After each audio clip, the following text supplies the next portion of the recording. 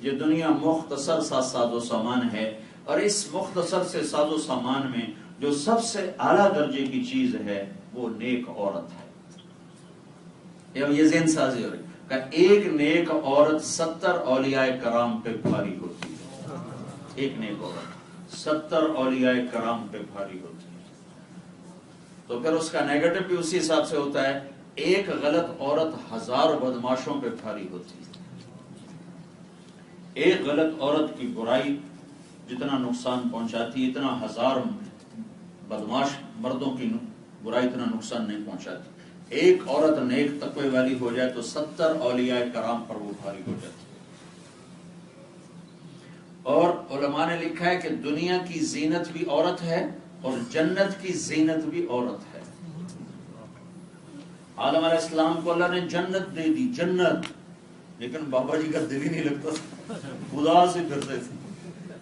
ہاں جی، نہریں دودھ کی، شہد کی، شراب کی، پکے پکائے پھل، پکے پکائے کھانے، نہ پیشاب نہ پخانا، پر بابے اور دل ہی نہ لگے، اداس اداس۔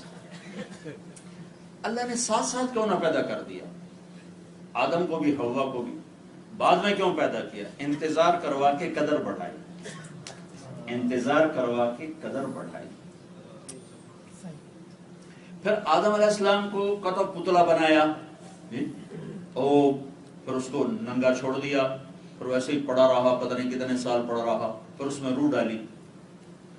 تو جب اللہ حوا کو بنانے لگے تو یہی کام یہاں کر دیتے کہ حوا کا پتلا بنواتے، پھر اس کو خشک ہونے کے لیے چھوڑ دیتے۔ فرشتوں کو کیا اٹریکشن ہے؟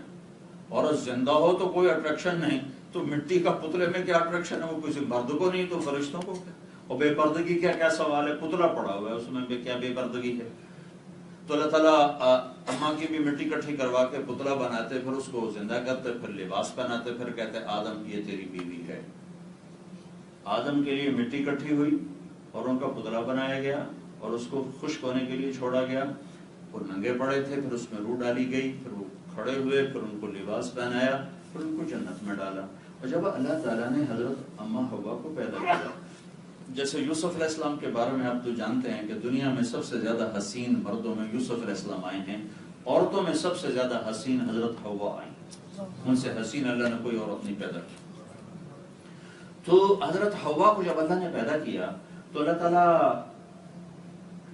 سبحان اللہ آدم علیہ السلام کو سلا دیا، اور جب ان کی آنکھ کھلی ہے تو ان کے الٹے ہاتھ میں ایک خاتون پورے لباس میں فل پردے میں بیٹھی ہوئی۔ کیسے بنایا کوئی نہیں جانتا۔ ہاں، ہمارے نبی نے کہا اللہ تعالیٰ نے آدم علیہ السلام کی پسلی سے حوا کو پیدا کیا۔ کون سی پسلی؟ جو دل کی طرف ہے، رائٹ سائڈ کی پسلی نہیں، لیفٹ سائڈ کی پسلی سے پیدا کر کے علماء لکھتے ہیں اللہ نے یہ سمجھایا کہ عورت جس روپ میں ہو اس کا مقام دل کے قریب ہے۔ ماں، بیوی، بیٹی، بھابھی، بہن، جس روپ میں بھی ہے وہ اس کا مقام دل کے قریب ہے۔ دل والی جو پسلی تھی اس کے نیچے سے اللہ نے اسے پیدا فرمایا۔ لیکن کس طرح پیدا کیا ہے؟ پروسیس سے نہیں ہے، تدریجن نہیں ہے۔ جیسے آدم علیہ السلام کا پروسیس سے گزارا، مٹی کٹھی ہو رہی ہے، پانی ڈالا جا رہا ہے، گوندا جا رہا ہے، چھوڑا جا رہا ہے، پتلا بن رہا ہے، سکھایا جا رہا ہے، روح ڈالی جا رہی ہے، ایسا نہیں ہوا۔ آنکھ کھلی تو پورے ڈریس میں ایک خاتون بیٹھی ہیں۔ یہ سمجھایا گیا کہ عورت شروع سے پردے والی چیز میں حسد کا کرنا۔ جب صحابہ نے عرض کی یا رسول اللہ کر نہ سکے تو آپ نے کہا بازار میں جا کے مزدوری کرے اور اس مزدوری سے کچھ اپنے اوپر خرچ کر کچھ صدقہ کرے۔ تو صدقے کو اللہ تعالیٰ کے نبی نے اتنا، اللہ نے، اللہ کے رسول نے اتنا پسند کرتے ہیں۔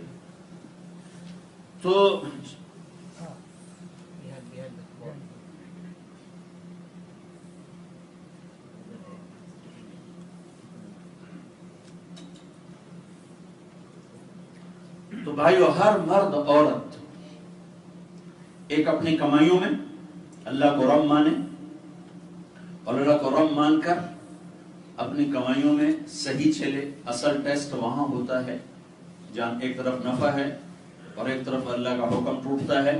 حکم بچائے، نفع کو چھوڑ دے تو آئندہ آنے والے ہمیشہ کے نفع اللہ تعالیٰ اس کو دینے والا ہے، اس کو اللہ اس کی نسلوں کو پالنے والا ہے۔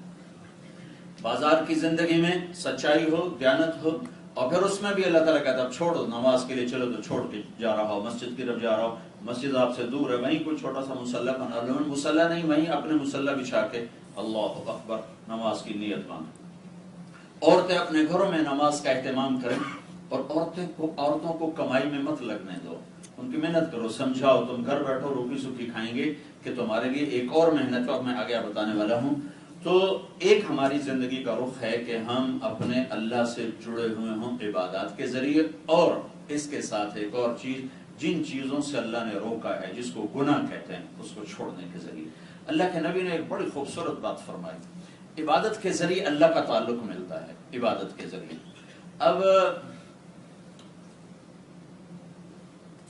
قربان جاؤں اللہ کے محبوب کی رحمت پر، آپ نے فرمایا بھائی سب سے بڑا عبادت گزار کون ہوگا؟ سب سے بڑا عبادت گزار تو یقیناً ہم اسے کہیں گے جو روزے زیادہ رکھے، نمازیں زیادہ پڑھے، نفل زیادہ پڑھے، حج کرے، عمرہ کرے، وہ عبادت گزار ہے۔ لیکن میرے نبی نے اتنی آسان کر کے بات کر دی کہ ہر آدمی اس میں برابر حصہ لے سکتا ہے۔ اگر یہ معیار میرے نبی فرماتے کہ جو رات کو تہجد پڑھے گا وہ سب سے بڑا عبادت گزار ہے، تو جو کمزور لوگ ہیں وہ تو میدان سے نکل جاتے، وہ کیسے پڑھتے؟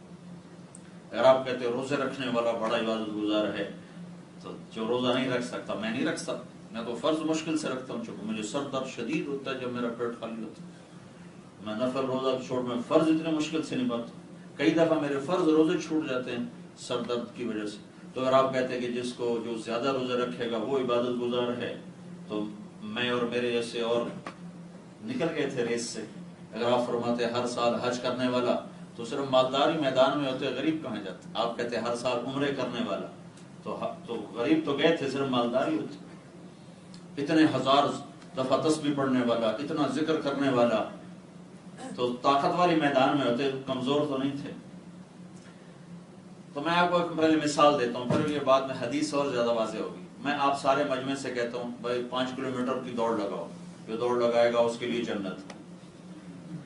تو آپ سارے تو 5 کلومیٹر نہیں دوڑ سکتے ہو، کوئی دوڑ سکے گا، کوئی نہیں دوڑ سکے گا۔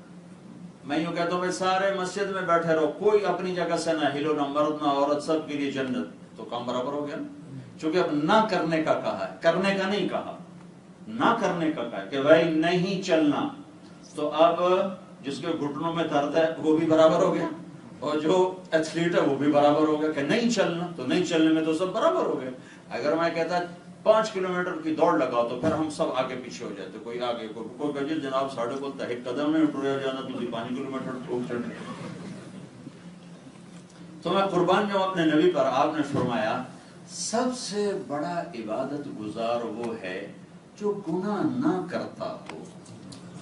تو اب کام برابر ہو گیا نا بھائی، جھوٹ نہیں بولنا تو ہم سب برابر ہو گئے کہ نہ بولنے میں تو سب برابر ہیں۔ جھوٹ نہیں بولنا، دھوکہ نہیں دینا، زنا نہیں کرنا، شراب نہیں پینی۔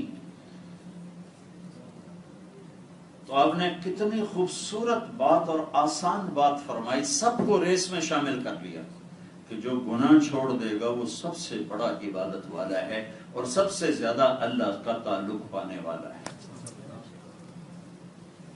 تو بھائی یہ سارا مجمع جو مردوں عورتوں کا ہے بیٹھا گناہ چھوڑ دے، تو آپ سب سے بڑے عبادت گزار بن جاؤ۔ دوسرا جو زندگی کا پہلو ہے جس کو معاملات اور اخلاق کہتے ہیں، کہ ایک مسلمان جیسے مسجد میں کھڑا ہے اور ہاتھ پاؤں اس طرح حرکت کر رہے ہیں جیسے اللہ نے کہا، زبان وہ بول رہی ہے جو اللہ نے کہا، ہاتھ وہاں ہیں جہاں اللہ نے کہا، پاؤں وہاں ہیں جہاں اللہ نے کہا، آنکھیں وہاں ہیں جہاں اللہ نے کہا، اپنے پورے جسم کو وہ اللہ کی بتائی ہوئی ترتیب کے مطابق استعمال کر رہا ہے۔ لیکن یہ ٹیسٹ ہے 10 منٹ کا۔ ابھی میں نے مغرب کی نماز پڑھائی 7 منٹ میں ہوگی 8 منٹ میں ہوگی، عشاء 4 رکعت ہے وہ 10 منٹ میں ہو جائے گی۔ تو باقی زندگی میں بھی اللہ نے ہمیں ترتیب زندگی بتائی ہے کہ باقی زندگی میں بھی سر سے لے کر پاؤں تک اپنے جسم کو ایسے استعمال کرو جیسے میں کہتا ہوں۔ اس کو کہتے ہیں اخلاق، اس کو کہتے ہیں معاملات، اس کو کہتے ہیں آداب زندگی۔ وہ کیسے ہونے چاہیے کسی کے پاس کوئی دستور نہیں ہے سوائے اسلام کے. ایک مسلمان مرد گھر میں کیسا ہونا چاہیے, ایک مسلمان عورت کو گھر میں کیسا ہونا چاہیے, وہ بیٹی ہو تو اسے کیسا ہونا چاہیے, بھائی ہو تو کیا ہونا چاہیے, باپ ہو تو کیا ہونا چاہیے, خامد ہو تو کیا ہونا چاہیے, بیوی ہو تو کیا ہونا چاہیے, ماں ہو تو کیسے ہو, یہ بھائی ہو, پڑوسی ہو. تو زندگی کے ہر ہر ہر ہر شعبے میں اللہ تعالیٰ نے ہمیں ایک دستور عمل دیا ہے جس کو اخلاق کہتے ہیں. اخلاق, یہ زندگی اس وقت مٹ چکی. جو میں نے پہلی بتائی 1 گھنٹہ میں, یہ تو کچھ نہ کچھ موجود ہے, کسی نہ کسی درجے میں موجود ہے. کچھ 100 میں 1%, 2%, 4%, 5%, 10% تک کرنے والے موجود ہیں. لیکن اب جس چیپٹر کو میں بیان کرنے لگا ہوں یہ موجود ہی کوئی نہیں. کوئی کروڑوں آدمیوں میں ایک کرنے والا ہو تو اس کو تو موجود نہیں کہتے. یہ موجود کوئی نہیں کہ ایک گھر میں مسلمان کیسے ہوتا ہے, بازار میں کیسے ہوتا ہے, دفتر میں کیسے ہوتا ہے, بچوں کے ساتھ کیسے ہوتا ہے, بیوی کے ساتھ کیسے ہوتا ہے. اس کے لیے بھی میرے نبی نے پوری ہمیں زندگی سمجھائی ہے. اور اللہ تعالیٰ نے عورت کا مقام عربوں کے ہاں کیا تھا, بچی ہوتی دفن کر دیتے تھے. ایک شخص نے آ کر کہا میری بخشش ہو سکتی ہے, میں نے 70 لڑکیاں دفن کر دی. تو یہ مقام تھا ان کے ہاں لڑکی کا کہ پیدا ہوتے ہی دفن کر دیتے تھے. تو اس معاشرے میں عورت کے مقام کو اجاگر کرنا. پھر مردوں میں قبائل میں جنگ, لوٹ مار, قتل و غارت, اور ان کے یہاں بستر پہ مرنا عیب تھا. قتل ہونا ہی ان کے یہاں بہادری تھی. ایک قبیلے والا دوسرے قبیلے والے کی برائی بیان کرتے ہوئے کہہ رہا تھا آج تک اس قبیلے کا ایک آدمی جنگ میں نہیں مارا گیا, سب بستر مرے ہیں, یہ بھی کوئی مرد ہیں. یہ اس مزاج کے لوگ تھے. ان کو اخلاق میں لانا, اور عورت اتنی ذلیل تھی اس کے مقام کو اوپر لے جانا, یہ کتنا مشکل کام تھا. اور نے کتنے خوبصورت انداز میں جو دنیا کا واحد انقلاب ہے جس میں سب سے زیادہ کم خون بہایا گیا, 23 سال میں ٹوٹل 1018 آدمی قتل ہوئے اور سارا عرب مسلمان ہو گیا. 259 مسلمان اور 759,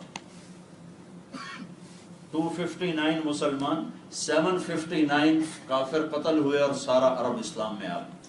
ایسے لوگ جو مار دینا, مر جانا اپنی شان سمجھتے تھے, ایسے لوگوں کو کتنے تھوڑے سے نقصان پر سب کو کلمہ پڑھا دیا.